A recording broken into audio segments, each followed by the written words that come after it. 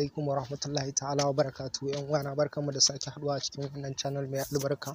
Yau zan muku bayani ne akan yanda mutum zai sa kati kuma ana bin shi kati amma kuma ya kasance ba za a ɗauki wannan kati da ake bin ka ba.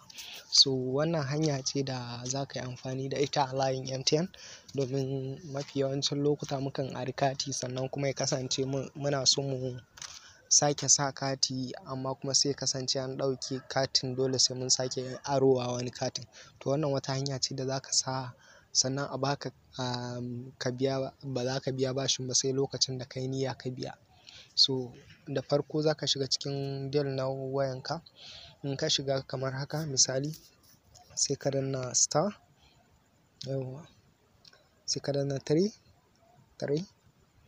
sai ka danna star 311 sai ka danna star sai ka sa nambobin katin. Misali yanzu ni zan je ne in kwafo nambobin katin saboda na riga na rubuta su. So zan zo ne in copy ɗinsu, yawa na copy ɗinsu. Wannan su ne katin, namban katin da na saya ɗin. So sai na sa su, na pasting ɗinsu sai na sa hash. So sai na call, sai na zaɓi sim ɗin da nake so na sanya wa kati ɗin.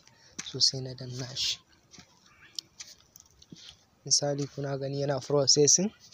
So yanzu an ce mun successful, na samu na yi recharging ɗin naira 100 a abun nan ɗina. Zan yi kira na minti 10 sannan kuɗin ya ƙare, sannan kuma zan samu saƙonni, zan tura saƙonni ma'ana guda 10 sannan zan samu MB 20.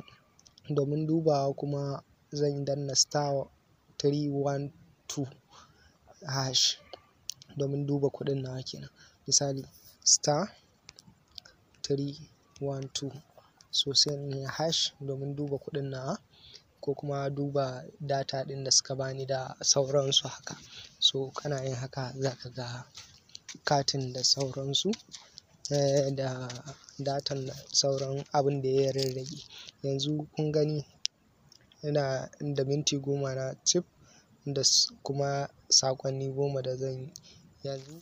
So haka kuma still idan ka kammala ka zo ka duba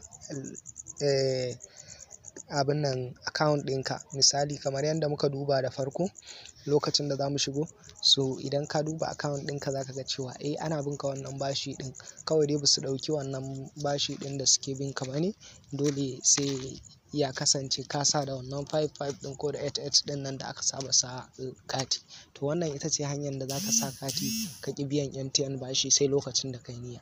Ku kasance da wannan channel mai albarka a cikin shirinmu na gaba domin samun shirye-shiryenmu masu ƙayatarwa. Mun gode da kasancewa da Arewa International. So ku danna mana alamar subscribe sannan ku danna mana alamar ƙararrawa. Mun gode da kasancewa da mu. Muna muku fatan alkhairi sannan kuma